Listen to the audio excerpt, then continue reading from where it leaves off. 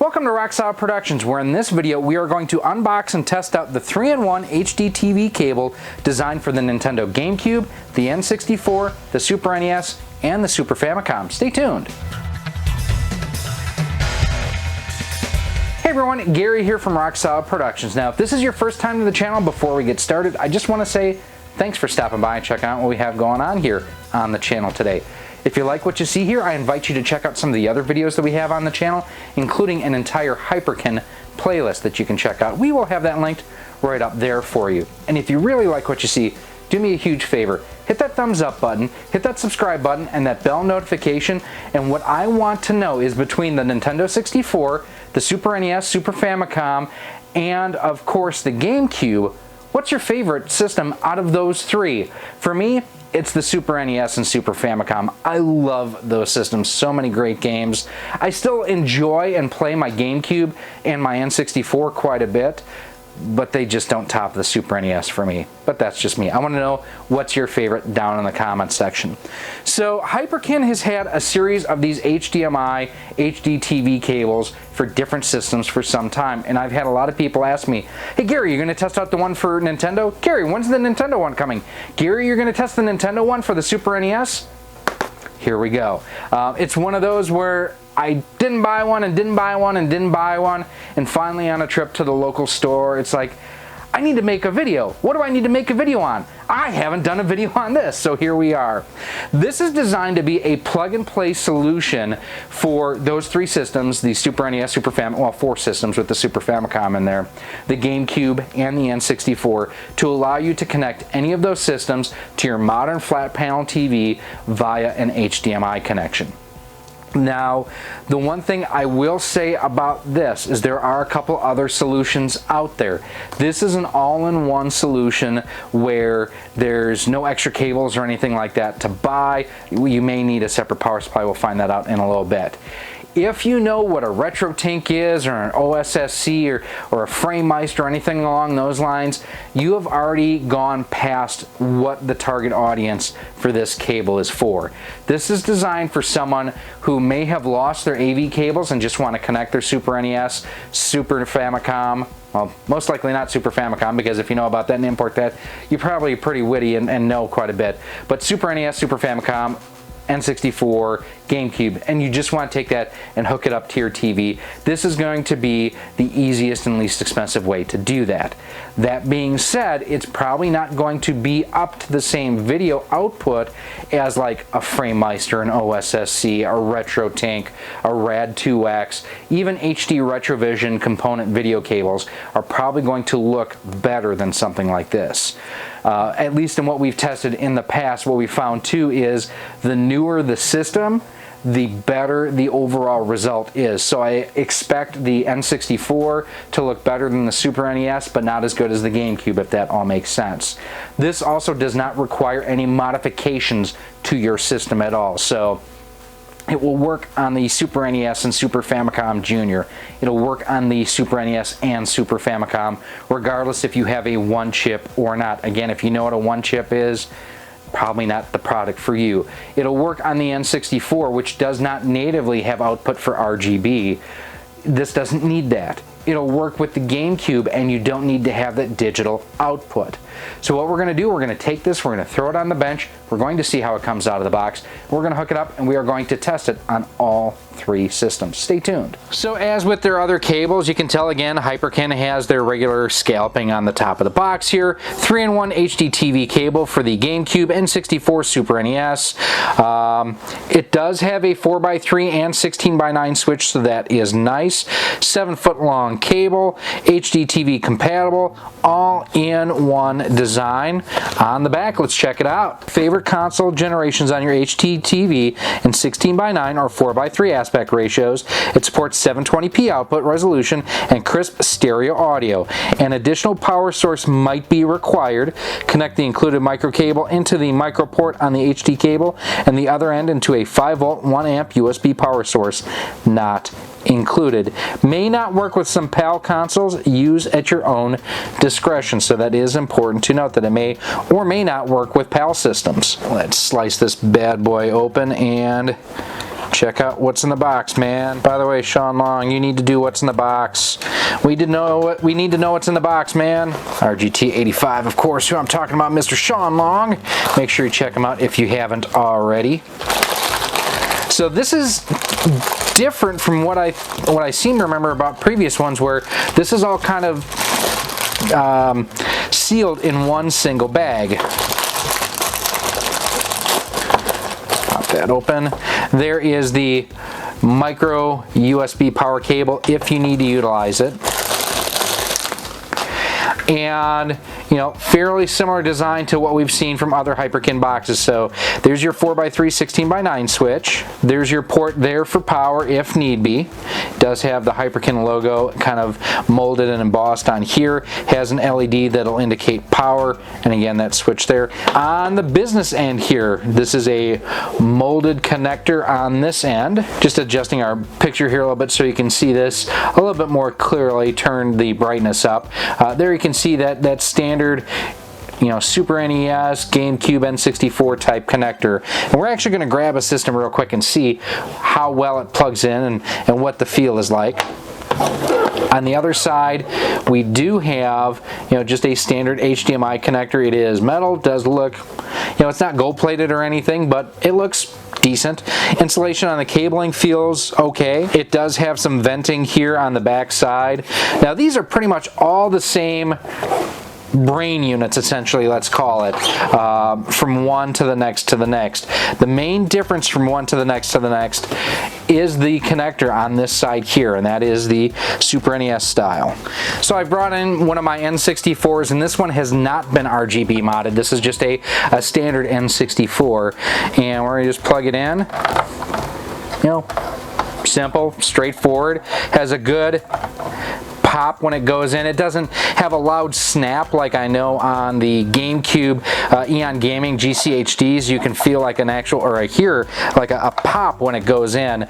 This just has a real positive lock to it. So we're gonna get to playing some Super NES, some Super Famicom, some N64, some GameCube. Let's get started. So we've got everything hooked up, first of all, to our Super Nintendo, and I'm going to give you some side-by-side. First up, here is everything running through HD Retrovision cables through my Retro Tank. No image upscaling or anything like that. And now secondly here is through the Hyperkin HDMI cable. You can see, especially like looking at the background around the trees and whatnot, it's definitely not as sharp using this as using the Retro Tank. It's also $130 less expensive. A Retro Tank and the HD Retrovision cables, you're looking at $100 for the Retro Tank, 80, or depending on which Retro Tank you go with, either $89.99 or $119, I want to say. Might be $109, I don't remember off the top of my head. And the HD Retrovision cables are $60, I want to say. So yeah, for a lot less cost, you actually get a pretty decent experience. We're going to go ahead and actually play some Donkey Kong Country now to kind of see how everything looks and sounds. Now, I am playing through my original Super NES. I did try hooking it up to my Super NES Junior, which I have RGB modded. Didn't work. So I'm wondering if that RGB mod does affect what is going on here, because I don't have that set up to tap into the S-Video, which may make the difference on it. The Super NES Junior will only do composite, I believe. It may do S-Video, but I don't think it does. So we are going to dive into some Donkey Kong Country here. Now, what I am looking for too is any lag, any delay, especially in a game like this, where, I mean, it's a precision platformer, and if you have any delay, it may cause an issue like there. I'm going to actually go back to the very first level. So here and on this menu, you can actually see, as well as we go into the first level, you can see some of the graininess that is appearing in the background. It is still leaps and bounds better than what composite video would be, that is for sure. The colors do seem a little bit on the dark side. I do have everything turned down just a little bit too, just with my filming settings and whatnot, so that may just be what I am seeing here. This is one of the most epic games of all time, I would say, easily. It's hard to imagine them creating something like this on a 16-bit platform. The pre-rendered graphics really make the difference here and make this just such a beautiful game. So far, the controls feel pretty decent. Can't complain a whole lot. I haven't felt anything that would be like a terrible lag type issue that is hurting the gameplay for me. There, that was lag. I didn't get the things because of lag. That's it. Yeah, no, I can't claim that. And just like that, we are through the first level on Donkey Kong Country. I think it looks okay. It doesn't look, it's not as sharp as the other solution with my HD Retrovision cables or RetroTink. But again, it's a fraction of the cost. So what we're gonna do now is we're gonna switch over to my Nintendo 64. So now with Super Mario 64 hooked up and running, I've gotta say, this actually looks really good. I would put this on par, maybe not quite as good as the Super 64, but it's not far off. This is actually looking pretty sharp. Now I am playing on my RGB modded N64, and it's interesting that it will work on this, but not on my RGB modded Super NES Junior. That's quite bizarre. This actually does not look all that bad. So we've got our Brawler 64 here. We're going to just kind of take a closer look at Mario, maybe. Now here I would say Mario looks smudgy, the best way that I could describe it. It's definitely not as crisp as my RGB mod, my HD Retrovision cables and whatnot, and it's definitely not as sharp as the Super 64. But this is actually a lot better than I expected.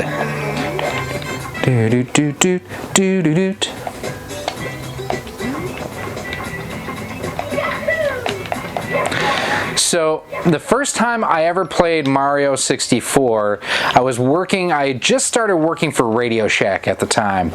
Go ahead, laugh. But next to us in the same strip mall was a Blockbuster Video, and they had a kiosk set up with an N64, and every day on my break I would go over to that Blockbuster and I would play some Super Mario 64 on their kiosk because I could. There's definitely some blurriness you can see around Mario and whatnot as he runs. It does have some blurriness there, but I don't think that it's not offensive to me, and I'm not feeling anything as far as, again, lag and latency, something I'm always on the lookout for with something like this. Alright, we've got King Babam here. I mean, there on that close-up of Mario, that really doesn't look bad. When you come back, that's when you can kind of notice that, yeah, the smudginess and the blurriness and whatnot.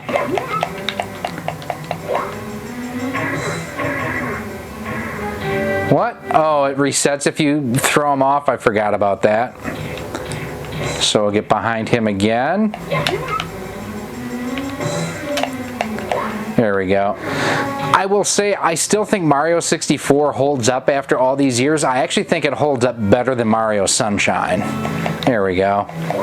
And you are now down for the count. The N64 works decently. Let's try the GameCube. So here on the GameCube, better still. I do think this is kind of proving the point that the better quality output you have to begin with, the better your results will be. And what's nice with something like this for people who do not have that digital video output, this will let you hook up your GameCube via HDMI. And we are going to dive into one of my favorite games of all time, Rogue Leader. I know it doesn't get talked about a whole lot in reviews of cables like this, but the audio sounds really good too. So not just decent on the video, but the audio as well. So one of the things I really want to see is how this opening cinematic looks as well.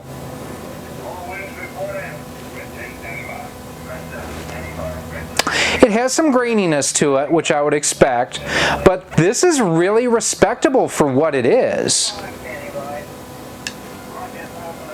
There, especially around the ion engines, you can kind of see that the graininess around that, and that's just really nitpicking at this point.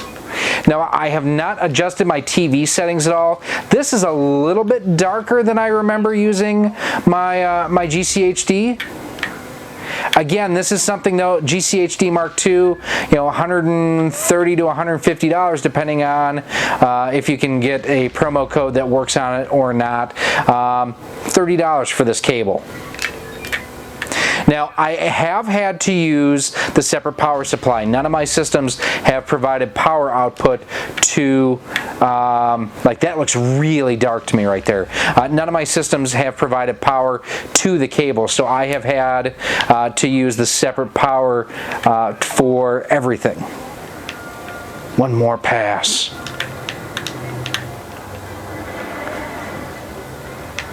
There we go. A little bit of cockpit view here. Where are we at? There's Yavin.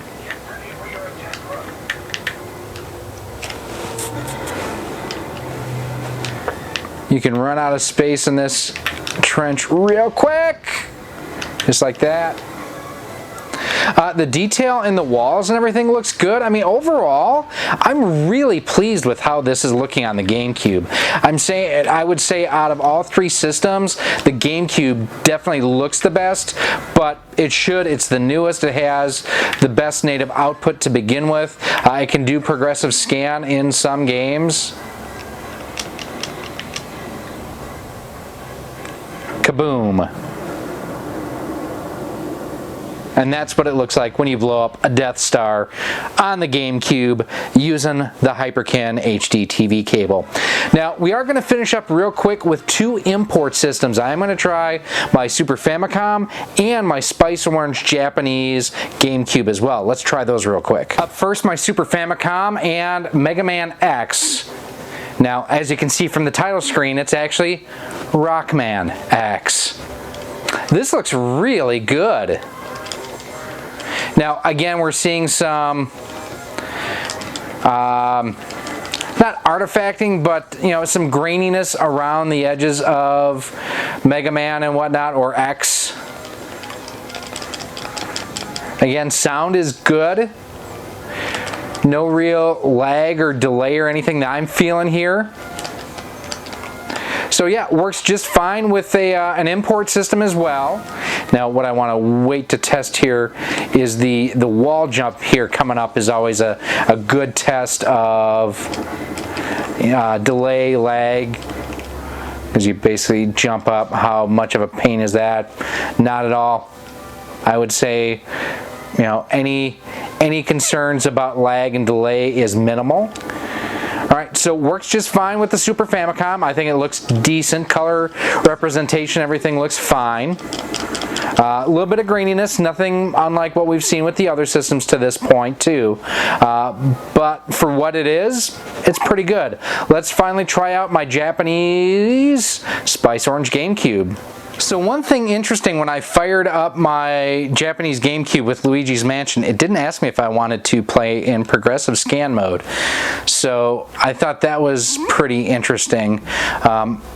One of the things on this game that I've always noticed is when Luigi's hand reaches out for the doorknobs, the detail on the glove that you see there really kind of, you know, tells the tale of what's going on. So like right here,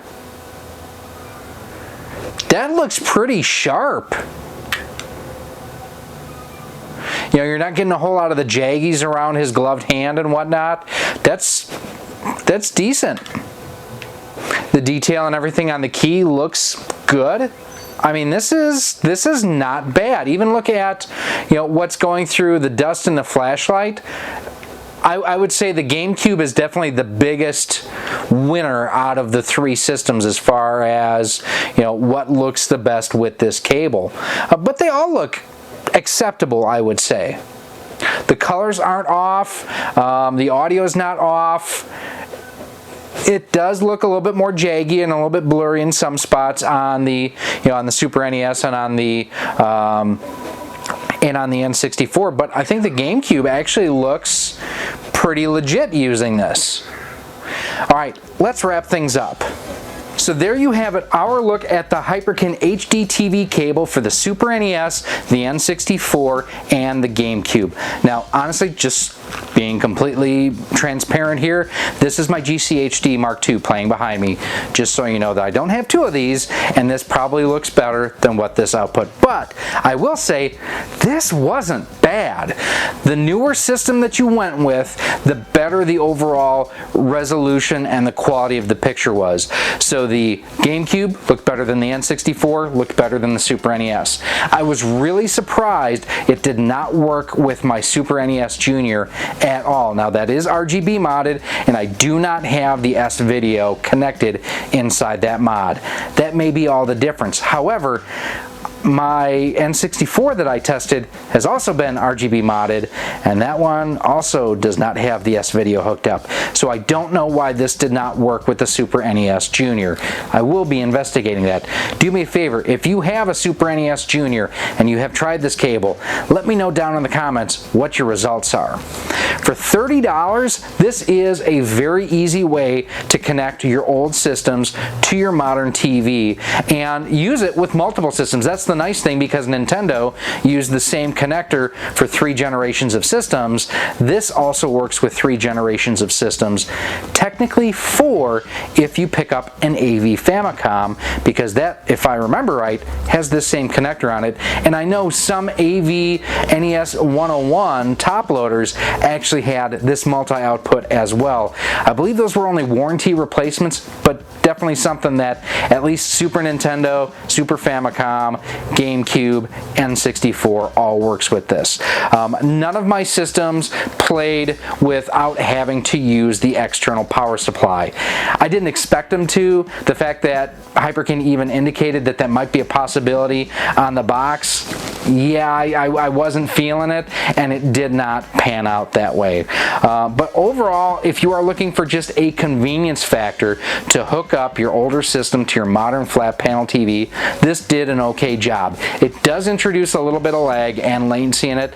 Nothing that I noticed that was overly bad and ruined the gaming experience for me.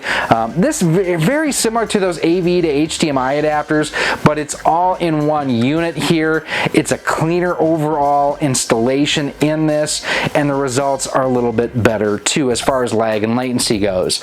As far as the overall color replication, the palettes and everything, they looked okay. They looked grainy in spots. The Donkey Kong Country screens, you can definitely see it in the trees and in DK himself, that there is a big difference in the quality when you are using a set of HD Retrovision cables and a RetroTink versus something like this. There's also a dramatic difference in the cost.